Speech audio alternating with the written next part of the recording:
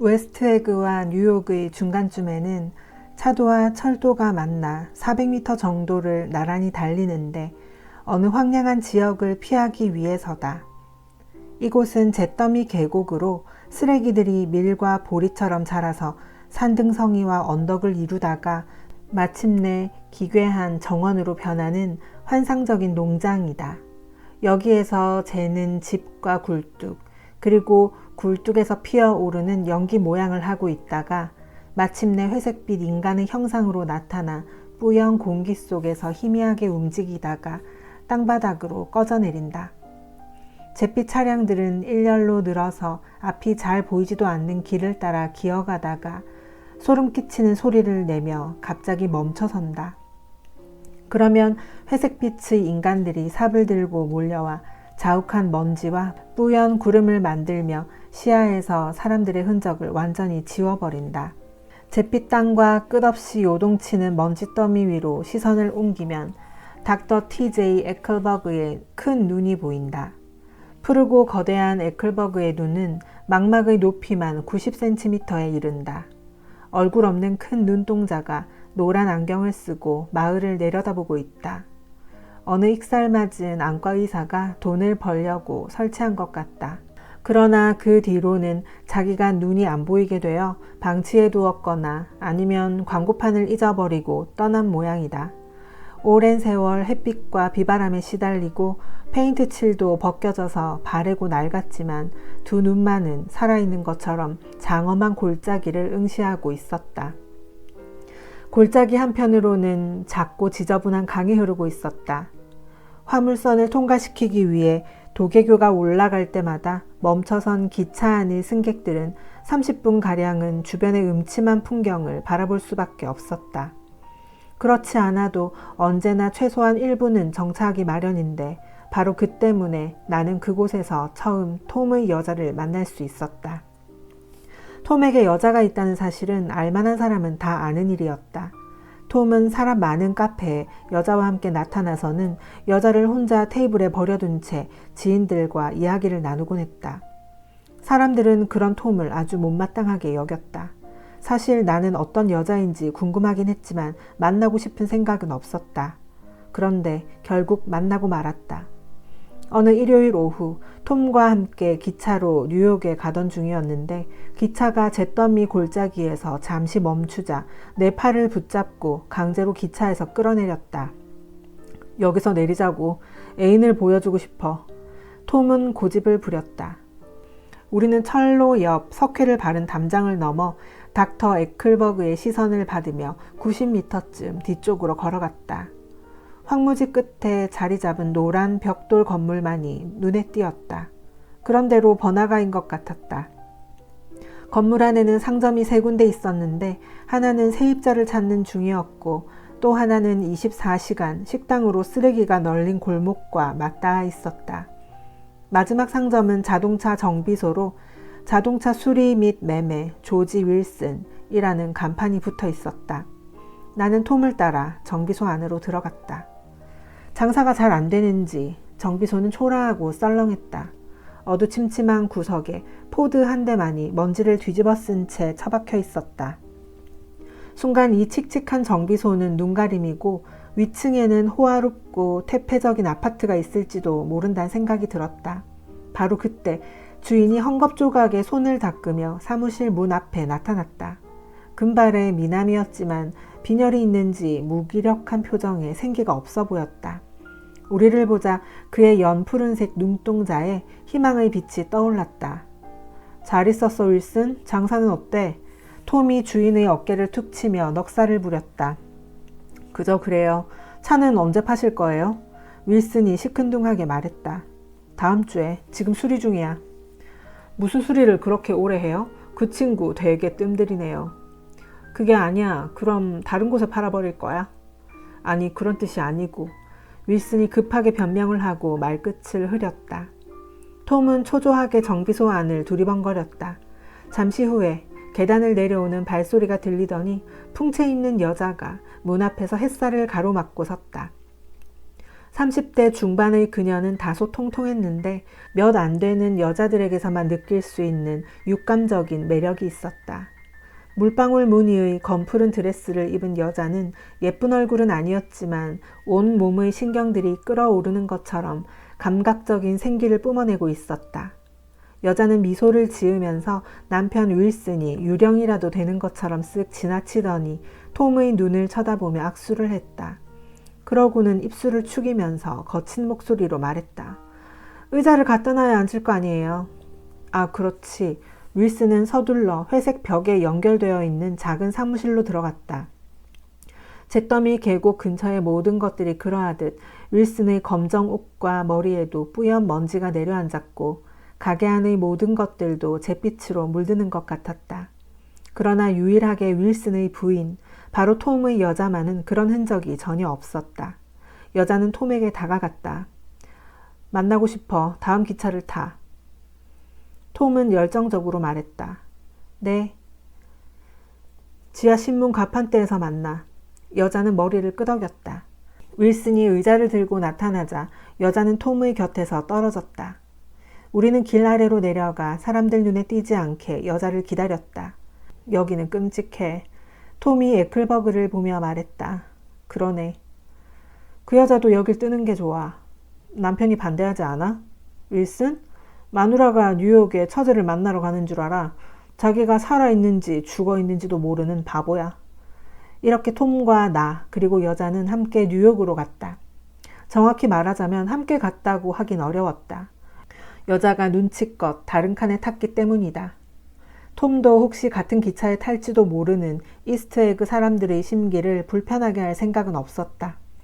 여자는 갈색 무늬의 모슬린 드레스를 입었는데 뉴욕 플랫폼에서 톰이 부축해서 내릴 때 드레스 밑자락이 그녀의 넓적한 엉덩이에 찰싹 달라붙어 있었다. 그녀는 지하신문 가판대에서 타운 태틀과 영화 잡지를 사고 매점에서는 콜드크림과 작은 향수 한 병을 샀다. 지상으로 올라오니 차도에는 소음이 메아리쳤고 여자는 택시를 4대나 그냥 보내고 나서야 회색 장식이 찬란한 라벤더 최신형 택시를 잡아탔다. 여름철 일요일 오후는 목가적일 만큼 따뜻하고 포근해서 양떼무리가 거리에 나타나도 놀라지 않을 정도로 평화로웠다. 택시는 다시 센트럴 공원을 지나 서부 100번 거리 쪽으로 계속 달렸다. 158번가에 이르자 하얀 케이크 모양의 아파트 입구에 멈췄다. 그녀는 마치 여행에서 돌아온 여왕처럼 거만한 눈빛으로 주위를 훑어보더니 위풍당당하게 자기 물건을 챙겨 안으로 들어갔다. 맥키 부부도 오라고 해야겠어요. 동생 캐서린한테 전화도 하고요. 그녀는 엘리베이터를 타고 올라가면서 말했다. 집은 아파트의 맨 꼭대기층에 있었다. 작은 거실과 주방, 욕실이 딸린 침실이 있는 아담한 집이었다. 좁은 거실에는 테피스트리를 씌운 가구 세트가 꽉 들어차 있어서 움직이다 보면 테피스트리에 보이는 베르사유 궁전 정원에서 그네를 타는 귀부인들과 계속 부딪혔다. 그녀는 강아지한테만 신경을 쏟고 있었다. 엘리베이터 안내원은 마지못해 지푸라기 상자와 우유, 거기에 식히지도 않은 딱딱한 게 비스킷을 사왔다. 우유에 쿠키를 섞은 접시는 종일 방치된 채로 썩어갔다. 한편 톰은 장롱 서랍을 열어 위스키 한 병을 꺼냈다.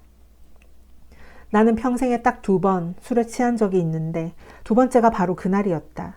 그날은 저녁 8시가 넘을 때까지도 방 안에는 햇살이 가득 차 있었고 나의 기억은 하나같이 안개에 쌓인 것처럼 몽롱했다. 그녀는 톰의 무릎에 앉아 전화로 수다를 떨었다. 머틀과 술을 마시고 나서는 이름을 부르기로 했는데 톰과 머틀이 다시 나타나자 손님들도 하나 둘 도착하기 시작했다. 머틀의 동생 캐서린은 날씬하고 속물적인 30대의 여자로 숱이 많은 빨간 단발머리에 뽀얗게 분칠을 하고 있었다. 눈썹을 뽑고 세련된 눈화장을 했지만 원래 자리에 눈썹이 다시 자라나는 바람에 전체적인 인상이 지저분해 보였다. 맥키는 아래층에 사는 남자로 파리한 얼굴에 여성적인 인상을 주었다. 방금 면도를 한 듯 광대뼈에 흰 비누 거품이 남아있었다. 사람들과 인사를 나누는 태도가 아주 공손했다. 그는 예술적인 일을 한다고 말했는데 나중에 사진사라는 것을 알았다. 벽에 걸린 10년 같은 머틀의 어머니 사진을 만든 장본인임을 짐작할 수 있었다. 맥키의 아내는 예쁘긴 하지만 목소리가 날카롭고 기운이 없어 보이는 형편없는 여자였다. 그녀는 결혼 후에 남편이 127번이나 사진을 찍어줬다고 자랑스럽게 말했다. 머틀은 금방 또 옷을 갈아입었다. 이번에는 크림색의 화려한 야회복이었는데 방 안을 오갈 때마다 살랑거리는 소리가 났다. 옷이 날개라고 인품까지 달라 보였다. 자동차 정비소에서의 풍만하고 육감적이던 생기는 이제 거만함과 오만함으로 바뀌었다. 웃음, 몸짓, 말투 등 머틀의 모든 것들은 시간이 지날수록 가식적으로 변했고 그렇게 그녀가 들뜰수록 집은 점점 더 비좁아지는 것 같았다. 머틀의 모습은 담배 연기가 자욱한 곳에서 시끄럽게 삐걱거리는 회전축을 타고 빙빙 돌고 있는 것처럼 보였다. 캐서린! 머틀이 점잔을 빼며 높은 톤으로 동생을 불렀다. 사람들은 늘 사기를 치지 그저 돈 뜯어낼 생각밖에 없어. 지난주에는 발 마사지하는 여자를 불렀는데 기막히게 무슨 수술비만한 액수를 청구하는 거야. 누군데요? 맥키 부인이 물었다. 에버하트 부인이에요. 집을 방문해서 발 마사지를 하는 여자죠. 드레스가 참 우아해요. 정말 멋있네요. 맥키 부인이 말했다. 머틀은 경멸하듯 눈썹을 치켜 올리며 칭찬을 무시했다. 낡아 빠진 옷이에요. 그냥 편하게 막 입는 거예요. 머틀이 대답했다. 그렇더라도 부인이 입으니까 멋있다는 거죠. 제 남편 체스터가 당신의 포즈를 포착했다면 아주 훌륭한 작품이 될 거예요. 맥키 부인이 계속 말했다. 우리는 잠자코 머틀을 바라보았고 그녀는 눈을 가리고 있던 머리카락을 쓸어 올리고 화사한 미소를 지으며 우리를 쳐다보았다. 톰이 말했다.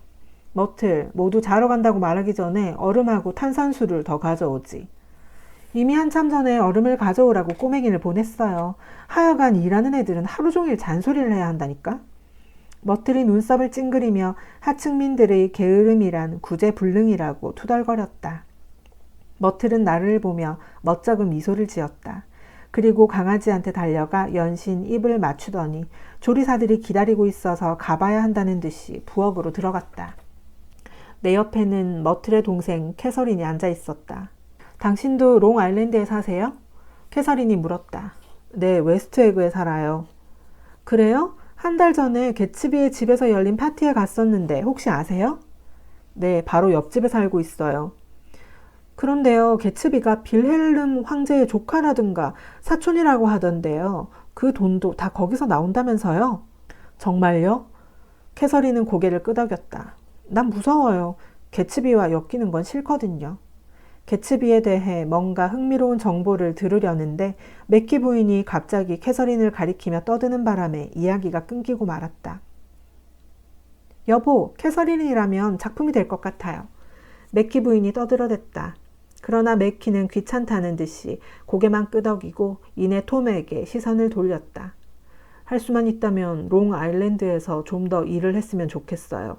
그저 작업할 기회만 주어진다면. 머틀에게 부탁해봐. 소개장 정도야 써줄 수 있지 않겠어? 톰은 이렇게 말하고 머틀이 쟁반을 들고 들어오자 웃음을 터뜨렸다. 무슨 말이에요? 머틀이 놀라서 물었다. 당신 남편을 소개하는 글을 맥키한테 써주라고. 그러면 맥키 씨가 당신 남편을 모델로 멋진 작품을 만들어줄 거야. 톰은 잠시 말을 멈추고 입술을 우물거리더니 다시 말했다. 뭐 휘발유 펌프 옆의 조지 윌슨 이런 제목으로 말이야. 캐서린이 내게로 가까이 붙더니 귓속말로 속삭였다. 둘 다 배우자를 못마땅하게 여기죠. 그래요? 그럼요. 그렇게 싫으면서 왜 같이 사는지 모르겠어요. 당장 이혼하고 서로 재혼하지. 캐서린은 톰과 머틀을 번갈아 보면서 말했다. 머틀 씨도 윌슨 씨를 좋아하지 않나요? 대답은 뜻밖이었다. 우리의 대화를 엿들은 머틀이 직접 아니라고 대답한 것이다. 머틀의 대답은 너무 난폭하고 음탕해서 차마 입에 담기도 민망할 정도였다. 거봐요. 캐서린이 자기 생각이 맞다는 듯이 말했다. 그러고는 목소리를 낮추고 다시 말을 이었다. 사실 둘을 갈라놓는 건 톰의 부인이에요. 가톨릭 신자라는데 가톨릭에서는 이혼을 허락하지 않잖아요. 데이지는 가톨릭 신자가 아니었다. 나는 그럴싸하게 꾸며진 치밀한 거짓말에 충격을 받았다. 언니는 정말 이혼하는 게 나아요. 형부랑 자동차 정비소 위층에서 10년이나 넘게 살았어요. 언니한테는 톰이 첫 애인이에요. 캐서린이 나에게 말했다. 사람들은 계속 위스키를 찾았다. 벌써 2병째 마시고 있었다. 전혀 마시지 않고도 마신 것처럼 기분이 좋아 라고 말하는 캐서린만 빼고 말이다. 톰은 사람을 시켜 샌드위치를 사왔는데 저녁 식사가 될 만큼 풍성했다. 나는 밖으로 나가서 따뜻한 황혼을 즐기며 공원을 산책하고 싶었지만 그럴 때마다 난폭하고 꺼림직한 말싸움에 발목을 잡히곤 했다. 마치 밧줄에 묶인 채 뒤로 끌려가는 느낌이었다. 그러나 도시의 하늘을 장식하는 노란 창문들은 밤거리에서 우연히 고개를 들어 아파트 꼭대기를 보는 사람들에게 인간의 비밀을 속삭이고 있음에 틀림없었다. 나 역시 올려다보고 그 비밀을 궁금해하는 사람 중 하나였다. 나는 안에 있으면서 동시에 밖에도 존재했다. 놀랍도록 다양한 인간사의 매력과 혐오를 동시에 느끼면서 말이다. 머틀은 의자를 끌어당겨 내 곁으로 다가오더니 내 얼굴에 더운 입김을 내뿜으며 톰과 처음 만났을 때의 이야기를 늘어놓았다. 그 기차에는 항상 마지막까지 남아있는 자리가 있어요. 마주보는 좌석인데 우린 거기서 처음 만났어요. 동생을 만나러 뉴욕으로 가는 길이었는데 톰은 정장을 입고 에나멜 가죽 구두를 신고 있었죠. 난 첫눈에 반했어요. 톰에게서 눈을 뗄 수가 없었어요. 그렇지만 톰이 나를 볼 때에는 그의 머리 위의 광고지를 보는 척했어요. 옆에 도착할 때쯤 내 옆에 앉았는데 흰 와이셔츠 앞가슴으로 내 팔을 눌렀어요. 경찰을 부르겠다고 말했지만 톰이 내 맘을 알아차렸죠. 너무나 흥분해서 같이 택시를 갈아타고도 계속 기차를 타고 있는 줄 알았어요. 그때 머리에서 떠나지 않았던 생각이 그래, 인생은 영원한 게 아니야. 영원히 살 수 없어. 라는 말이었어요. 머틀은 맥키 부인에게 시선을 돌리며 어색하게 꾸민 웃음을 지었다. 저기요, 이 옷은 오늘만 입고 줄게요. 내일 또 한 벌 살 거니까요. 마사지기, 파마기, 애견용 목걸이, 스프링 잿더리, 여름 내내 엄마 무덤을 장식할 꽃다발 등 잊어버리지 않게 쇼핑 목록을 적어야겠어요. 9시였다. 그리고 얼마 지나지 않아 시계를 보았을 때는 10시였다. 강아지도 졸린 눈으로 탁자에 앉아 담배 연기가 자욱한 방을 둘러보면서 이따금씩 낑낑거렸다. 사람들은 없어졌다가 다시 나타나고 어딘가로 갈 계획을 세우기도 하며 또 대화 상대를 잃어버리고 찾느라 헤매기도 하다가 몇 미터 앞에서 또다시 만나기도 했다. 자정쯤에는 톰과 머틀이 열띤 논쟁을 벌였다. 머틀이 데이지를 들먹이는 일에 대해서 옥신각신하는 것 같았다. 데이지. 부르고 싶을 때는 얼마든지 부를 거야. 데이지. 톰이 재빠르게 그녀의 코를 세게 후려쳤다. 잠시 후 욕실에는 피 묻은 수건들이 널브러졌고 여자들은 비난을 퍼부었다. 그러나 이런 소란보다 머틀이 괴롭게 울부짖는 소리가 훨씬 더 크게 울렸다. 그 바람에 잠에서 깬 맥키는 멍하니 문 쪽으로 걸어가다가 정신이 들었는지 중간쯤에서 돌아서서는 방 안의 광경을 유심히 쳐다보았다. 맥키 부인과 캐서린은 욕도 내뱉고 위로도 하면서 응급치료 물품을 들고 좁은 가구 사이를 서성거리고 있었다. 머틀은 피를 쏟으면서도 베르사유 궁전의 테피스트리 융단을 더럽힐까봐 타운테틀 잡지를 펼치고 있는 모습이 보였다. 그 모습이 참혹해 보였다. 맥키 씨는 다시 돌아 문 밖으로 나갔다. 나도 샹들리에에 걸린 모자를 집어들고 따라 나갔다. 어느새 나는 펜실베이니아 역의 추운 지하 대합실에 누워 조간신문 트리뷴을 보면서 새벽 4시 기차를 기다리고 있었다. 여름 내내 개츠비의 저택에서는 밤마다 흥겨운 음악이 흘러나왔다. 반짝이는 별들 아래 파릇한 잔디 정원에서는 젊은이들이 샴페인을 마시며 제잘거리고 있었다. 한낮이 되면 전망대에서는 다이빙도 하고 해변의 뜨거운 모래밭에서는 일광욕을 하기도 했다. 또한 모터보트 2대가 하얀 물거품 위로 수상스키를 끌고 다니며 해협의 물살을 갈라놓았다. 주말이면 개츠비의 롤스로이스 자동차는 셔틀버스가 되어 하루 종일 파티에 참석하는 사람들을 실어 날랐고 스테이션 외건도 기차로 오는 손님을 태우고 노란 딱정벌레처럼 바쁘게 기차역을 오갔다. 주말이 지나고 월요일이 되면 하인들은 어수선해진 집을 정리하느라 또다시 분주했다. 매주 금요일이면 뉴욕의 과일 가게에서 5상자의 오렌지와 레몬이 배달되었고 월요일이 되면 갈라진 과일 껍질들이 뒷문에 피라미드처럼 쌓였다. 주방에는 최신식 주스 짜는 기계가 있었는데 버튼을 200번만 누르면 3분 안에 200잔의 오렌지 주스를 만들 수 있었다. 내가 개츠비의 파티에 처음 갔을 때 나는 정식으로 초대받은 몇 안 되는 손님 중 하나였다. 대부분이 단순한 방문객이자 불청객으로 정작 초대를 받은 사람은 별로 없었다. 우연히 롱아일랜드로 오는 자동차를 탄 덕분에 여기까지 오는 것뿐이었다. 여기까지만 오면 누구든 손님으로 맞아주니까 말이다. 그런 단순함이 곧 초대장이나 다름없었다. 그 다음에는 마치 놀이공원에 온 것처럼 최소한의 예의만 지키면 된다. 파티 내내 개츠비를 보지도 못하고 돌아가는 사람도 있었다. 나는 정식으로 초대를 받았다. 토요일 아침 개똥집박이의 알처럼 푸른색의 제복을 차려입은 운전기사가 개츠비의 초대장을 들고 우리 집의 잔디밭을 가로질러 건너왔다. 초대장의 내용은 누추하지만 오늘 밤 파티에 참석해 주시면 그보다 더한 영광이 없겠다. 그리고 나를 본 적이 있어 만나고 싶었지만 형편상 이런저런 사정으로 그러지 못했다는 것이었다. 그리고 초대장 끝에 품격 있는 필체로 제2 개츠비라고 서명되어 있었다.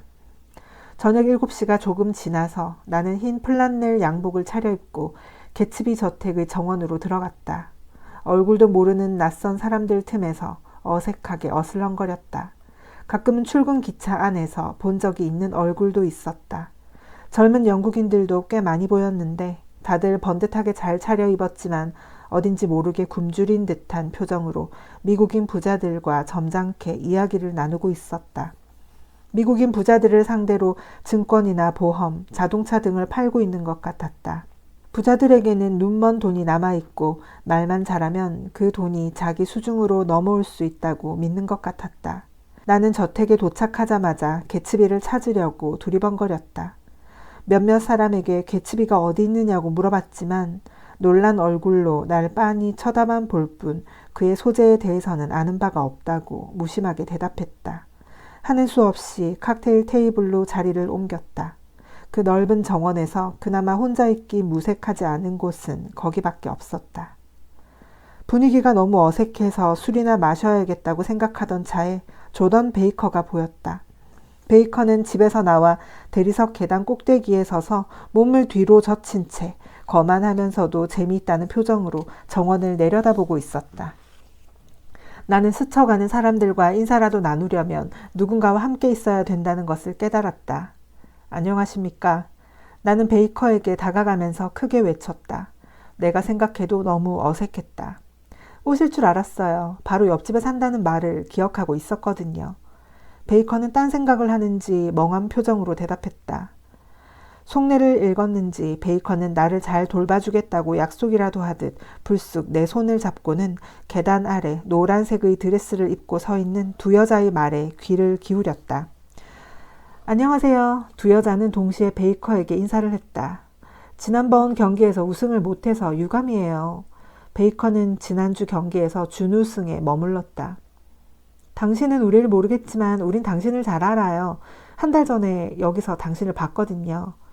노란 드레스를 입은 두 여자 중에 한 여자가 말했다. 그 뒤로 염색을 하셨네요. 베이커가 대답하는 순간 나는 발걸음을 옮기기 시작했고 노란색 드레스를 입은 여자들도 별 관심 없이 지나가고 말았다. 베이커의 말은 바구니에서 꺼내 차리기도 전에 사라져버리는 요리처럼 너무 일찍 떠오른 달을 향해 내뱉은 격이 되었다. 베이커가 갈색으로 그을린 날씬한 팔을 내 팔에 감쌌고 우리는 아래로 내려가 정원을 산책했다. 칵테일 쟁반이 저녁 노을을 가로질러 우리에게도 다가왔다. 우리는 노란 드레스를 입은 두 여자와 3명의 남자와 함께 테이블에 자리를 잡았다. 이 파티에 자주 오세요? 베이커가 노란 드레스를 입은 여자에게 물었다. 최근에는 한 달 전에 왔어요. 거기서 당신도 봤고요. 그녀는 친구를 보면서 밝고 당당하게 말했다. 루실, 너도 그렇지? 루실이라는 여자 역시 그렇다고 했다. 난 파티를 좋아해요. 루실이 말했다. 여기는 일일이 신경 쓸 필요가 없어서 좋아. 지난번에는 의자에 옷이 걸려서 찢어졌거든. 그때 그 사람이 나에게 이름과 주소를 물었는데 일주일도 안 돼서 새 드레스가 왔지 뭐야? 그걸 받았단 말이에요? 베이커가 루실에게 물었다.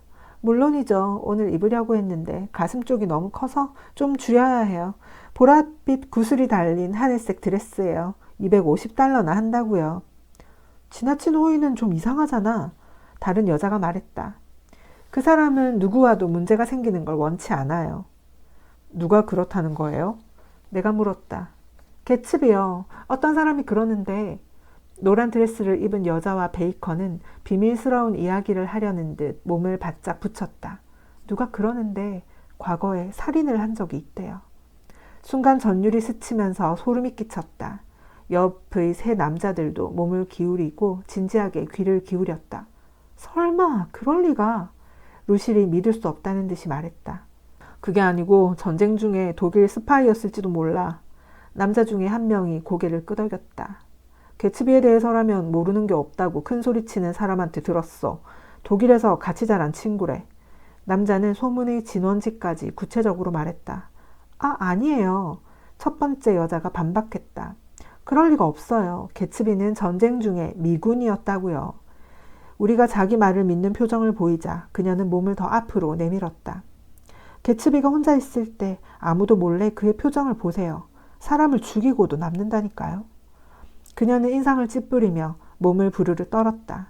루실도 몸서리를 쳤다. 우리는 다들 두리번거리며 개츠비를 찾았다.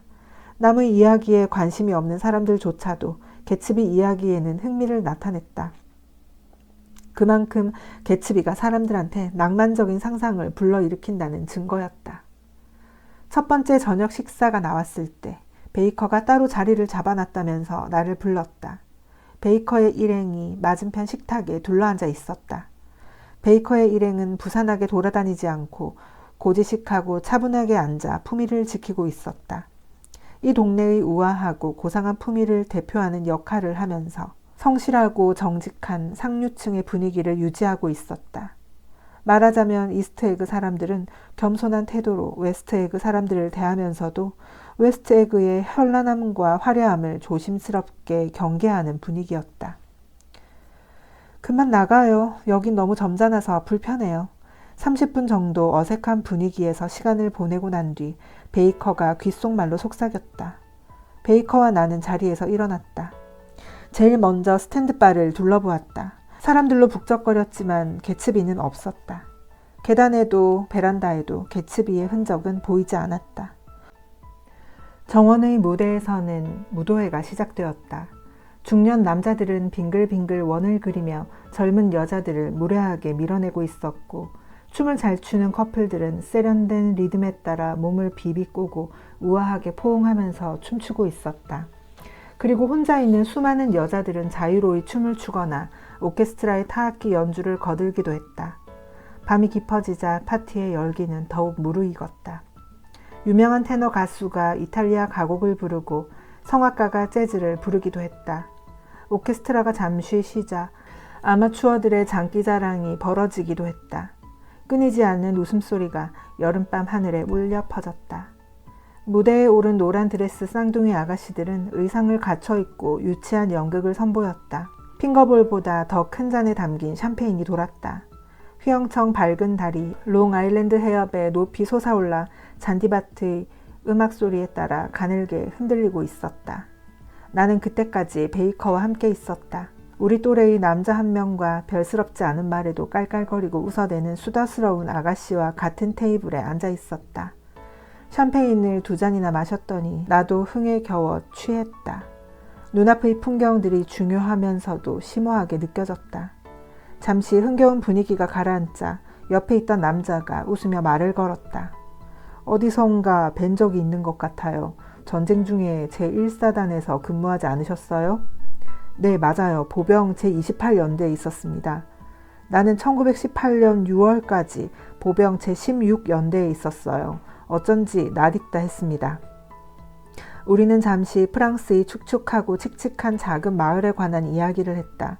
비가 자주 내리고 우울한 곳이었다. 남자는 바로 며칠 전에 수상 비행기를 샀는데 내일 아침에 타볼 예정이라고 말했다. 그런 말로 미루어 볼 때 이 근처에 사는 게 틀림없었다. 같이 하시겠어요? 근처 바다에서 할 건데. 언제요? 언제든 당신이 편한 시간 아무 때나요. 내가 남자의 이름을 물어보려고 하자 베이커가 주위를 둘러보며 미소를 지었다. 기분은 좀 괜찮아요? 베이커가 물었다. 네, 아까보다 많이 좋아졌어요. 나는 그렇게 대답하고 새로 알게 된 남자에게 고개를 돌렸다. 이런 파티는 처음입니다. 아직 주인도 만나지 못했거든요. 난 바로 저기 옆집에 삽니다. 나는 손을 들어 좀 떨어져 잘 보이지 않는 우리 집 방향의 울타리를 가리켰다. 개츠비가 운전기사를 통해 초대장을 보냈어요. 남자는 내 말을 못 알아들었는지 잠시 나를 쳐다보았다. 내가 개츠비입니다.